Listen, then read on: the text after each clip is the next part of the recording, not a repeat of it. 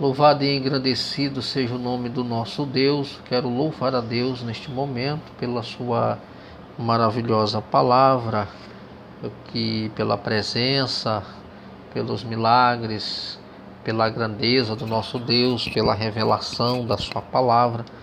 Nosso Deus, ele tem se manifestado aos seus filhos e dado-nos cada dia a oportunidade de fazermos a sua vontade. E Deus, ele tem assim, de uma forma especial, se revelado ao seu povo. Eu quero falar hoje de um assunto muito importante, que é a base de todo o nosso aprendizado, do crescimento da igreja, do desenvolvimento dos filhos de Deus, falando sobre um Deus único e verdadeiro, que são a base da doutrina bíblica. Deus único e verdadeiro. Nós observamos que esse Deus, ele é um Deus que fala, é um Deus que se relaciona, ele é espírito. E eu quero falar um pouco acerca disso, para que nós tenhamos uma compreensão realmente da natureza de Deus. Consideremos alguns fatos que precisam saber sobre Deus, né? Deus, ele é um ser pessoal. Então Deus, ele é um ser que pensa, que se entristece, que se relaciona, que transmite a sua palavra. Então Deus, ele é um ser pessoal. Ele não é uma energia cósmica como muitos pensam, né? A personalidade de uma pessoa é caracterizada pela capacidade de pensar, de sentir, de tomar decisões. Ele tem inteligência, raciocínio e capacidade de sentir, de pensar. Observe alguns pontos importantes que nós devemos destacar, que ele comunica aos outros. Por exemplo, o Salmo 25, no versículo 14, nós vemos que Deus, ele comunica-se. Por exemplo, Deus também, ele é afetado pelas reações de seus filhos. Por exemplo, Isaías capítulo 1, verso 14, o povo estava fazendo festas e festas, e aquilo entristeceu Deus da forma como eles estavam se comportando, como eles estavam fazendo as suas festas. Então Deus é um ser que se entristece também. E importante que Deus, ele é um ser que pensa, né? Isaías 55, por exemplo, versículo 8, ele diz que os meus pensamentos não são como os vossos pensamentos, nem os meus caminhos os vossos caminhos. Então entende que o nosso Deus, ele pensa, né? Deus, ele toma decisões. Gênesis capítulo 2, versículo 18, o próprio Senhor disse que não era bom que o homem vivesse só. O Senhor ia fazer para esse homem uma auxiliadora, uma esposa, né? Então Deus, ele tomando decisões. E para ser mais específico, e disse o Senhor Deus: não é bom que o homem esteja só, far-lhe-ei uma adjuntora que esteja como diante dele. Então observe que o nosso Deus, olhando para o homem, ele diz: olha, não é bom que esse homem viva só. Então Deus, ele pensa, ele analisa e toma decisões. E o importante de tudo isso, desse Deus, desse ser, Deus, ele é espírito. Sua natureza espiritual, ela é imaterial, invisível. Sendo espírito, ele não tem forma alguma e nunca foi visto. Ele não está sujeito às limitações humanas. Observe que Moisés, ele viu o reflexo, né, da glória de Deus, mas ele não viu a sua essência propriamente dita. Algumas metáforas do corpo humano, elas foram usadas como referência a Deus, mas não significa que ele tenha forma humana. Então observe que algumas metáforas, elas As pessoas elas se utilizavam de metáforas justamente para elucidar os seus ensinos, fazer ilustrações para que o leitor e o ouvinte ele tenham uma compreensão, um entendimento do que eles estão querendo transmitir, na verdade. Então essas metáforas, elas são utilizadas. Por exemplo, nós vimos que Moisés ele viu a bondade de Deus esculpida nas suas costas. Uma coisa que nós observamos, metáforas que são utilizadas, quando o Senhor ele fala ao povo de Israel, ele diz que para falar com o povo, ele falava por meio de profetas, ele falava em sonhos, ele falava em visão. Ele diz, mas com meu servo Moisés não é assim. Com ele eu falo face a face. O que é que o Senhor está dizendo? Olha, com Moisés, a minha relação com Moisés, eu não preciso de intermediário para falar com ele. Eu falo diretamente com ele. É isso que o Senhor está dizendo. Não é que ele se apresentava fisicamente para Moisés. Era a maneira como ele se expressava. Para falar ao povo, eu falo por meio dos profetas. Eu transmito a mensagem para o profeta e o profeta transmite para o povo. Mas com Moisés, eu falo diretamente com ele. Essa é a metáfora que eles utilizam, dizer que fala face a face. Outra coisa que nós devemos entender dentro da doutrina bíblica, falamos que Deus, da natureza de Deus ele é um ser pessoal, que pensa, que se relaciona, que se entristece, que tem pensamento, que toma decisões. Falamos que Deus ele é espírito, apesar de falar, de sentir, de se entristecer, mas ninguém conseguiu ver Deus fisicamente. Nós sentimos e ouvimos a voz de Deus no nosso coração. E outra coisa que nós devemos entender também é acerca da Trindade. Deus ele é um único ser divino, por isso todos os demais seres existem dele, por meio dele e para ele. Nós consideramos o seguinte: não existe outro semelhante a Deus, nem ninguém que se compare a ele dentre os deuses. Zacarias 14:9 deixa isso bem claro. Zacarias diz: o Senhor será rei sobre toda a terra. Naquele dia, será o Senhor. Será o seu nome. O que Zacarias está dizendo assim: o Senhor, ele é rei sobre toda a terra. E naquele dia ele será um. E esse será o seu nome. Ou seja, ele está dizendo, não existe outro Deus. O Senhor, o único e verdadeiro, ele será rei sobre a terra. E naquele dia, esse único, ele será como sempre foi.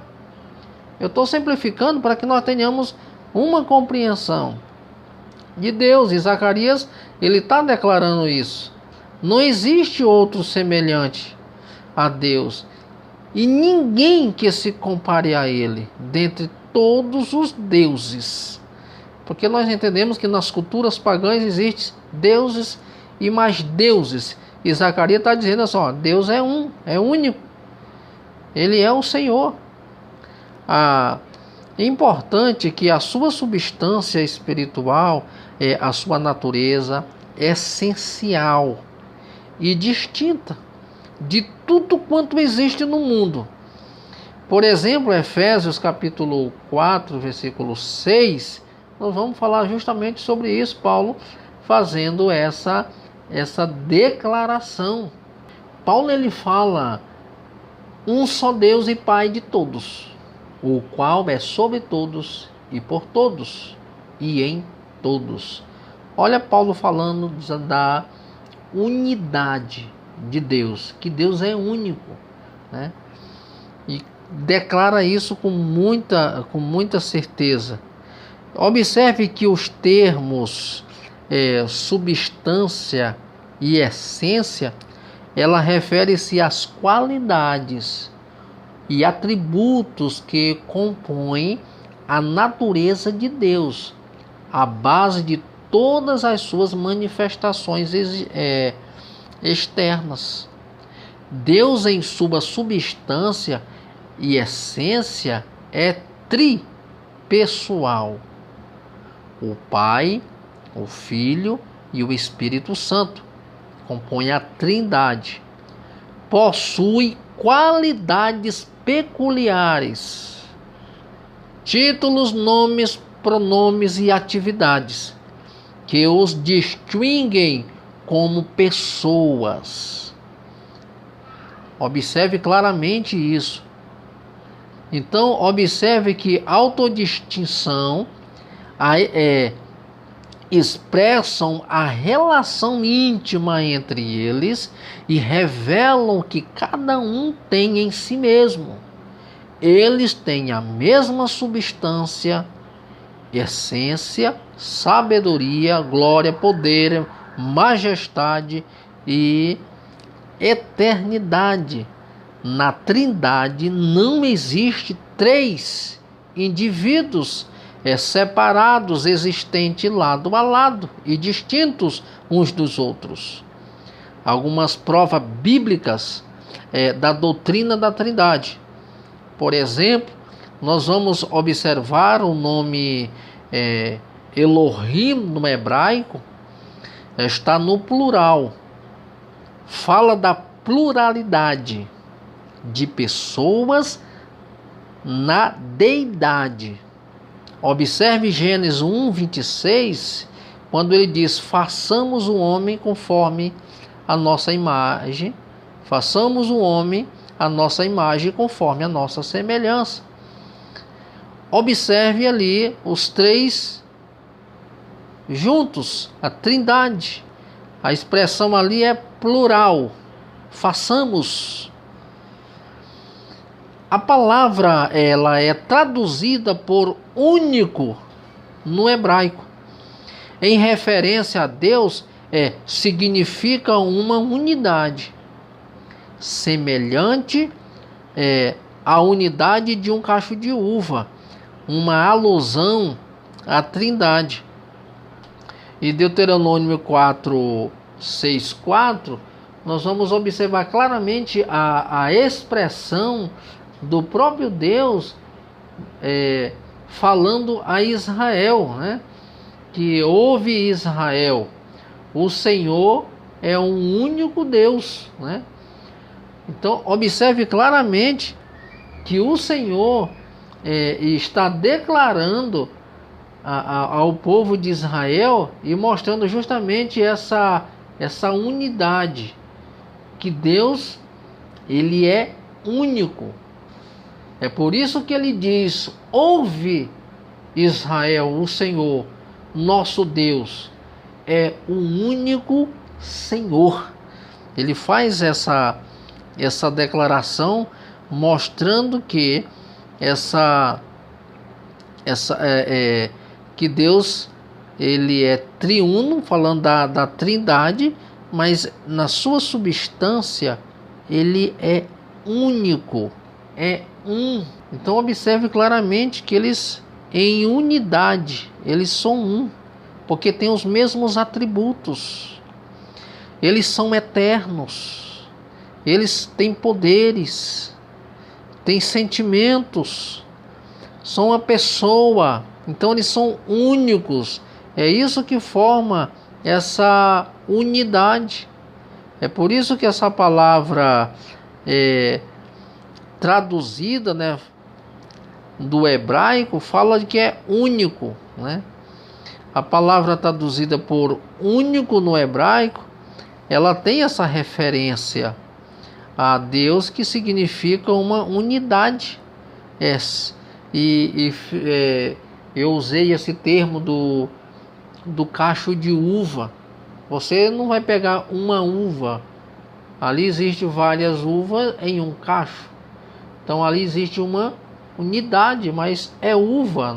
Não há nada distinto uma da outra. É uva, embora que esteja em um cacho, mas é uva. Claramente essa alusão aqui, essa referência mostrando essa unidade. O Pai, o Filho e o Espírito Santo são um. Os três tornam um, porque não existe distinções entre eles. Então existe uma harmonia nesse governo. Gênesis 1:26 deixa isso bem claro. Façamos em concordância, em poder, em união, unidade, na ação deles. Um não fala um e outro puxa, não, é unidade. É por isso que são Deus trino. Essa triunicidade de Deus, ele é 3 e 1 ao mesmo tempo. Se você não olhar isso aí com as lentes do Espírito, você acaba se confundindo. A doutrina da Trindade traz muita confusão até para o entendimento de muitos. Eles não conseguem entender que existe essa triunidade em Deus, né? Mas nós apresentamos a manifestação da Trindade. Por exemplo, quando Jesus ele foi batizado ali no Jordão, nós observamos que Jesus estava nas águas do Jordão, o Espírito Santo desce em forma corpórea e a voz brada do céu dizendo: este é o meu Filho amado em quem eu tenho prazer. Observe que na grande comissão de Mateus 28:19, nós vemos também o próprio Senhor dizendo que enviava eles a batizarem no nome do Pai, do Filho e do Espírito Santo, né? Na bênção apostólica, por exemplo, se menciona também acerca da Trindade, Paulo falando isso lá em 2 Coríntios 13:13, né? Deus, ele é eterno, um atributo de Deus. Deus, ele é eterno. E quando fala de algo que é eterno, fala de algo que não tem começo e não tem fim, né? Ele sempre existiu desde toda a eternidade e a sua existência ela nunca terminará. Nossas mentes limitadas, elas não conseguem entender a ideia sobre algo infinito, quando o tempo ainda ele não havia começado. O fato é que a eternidade, ela é essa infinitude de Deus em relação ao tempo. Ou, por exemplo, os homens, os anjos, toda a criação são seres finitos. Para Deus, o passado, o presente, o futuro são a mesma coisa. Por isso Deus ele é imutável. Ele nunca muda. Ele opera segundo os seus segundo princípios eternos, que eles não variam, né? Ou seja, assim, Deus ele não vai variar, ele não sofre variações por causa da mudança ou porque o tempo passou.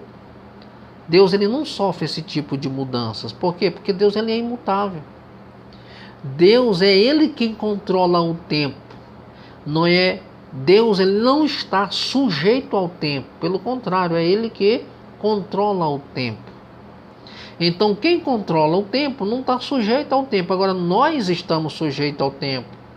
Porque com o passar do tempo, nós envelhecemos. Nós sofremos os efeitos do tempo. Mas Deus não. Deus ele é eterno. Queridos, que Deus possa assim abençoar de forma poderosa a sua vida. Vamos continuar nesse tema, desenvolvendo para que nós tenhamos uma compreensão de Deus. No nosso próximo encontro eu queria falar sobre os atributos naturais de Deus, como também os atributos morais de Deus. São assuntos muito importantes e nós vamos aprender mais sobre a palavra de Deus. No próximo encontro vamos falar acerca desses dois temas: atributos naturais de Deus e atributos morais de Deus. Que Deus te abençoe, te dê muita graça, em nome de Jesus.